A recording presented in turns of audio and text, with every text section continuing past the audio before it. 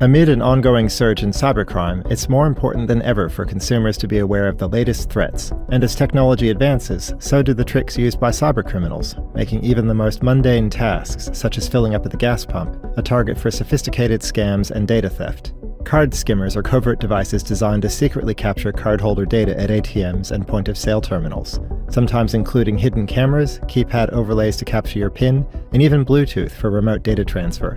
These devices are a cybercriminal's best friend and a consumer's worst nightmare. From 2022 to 2023, the number of known skimmed cards surged by a staggering 96%, with over 315,000 impacted cards identified in nearly 1,600 incidents. Avoiding skimmers is tough, but not impossible. Skim Swipe, developed by Berkeley Veritronic Systems, is one product helping turn the tables on criminals. Inserting the device into a card slot allows users to determine within seconds if their machine has been compromised. Cybercriminals might not be going anywhere anytime soon, but with the use of Skim Swipe, their chances of success just got a whole lot slimmer. To learn more about Skim Swipe, visit bvsystems.com.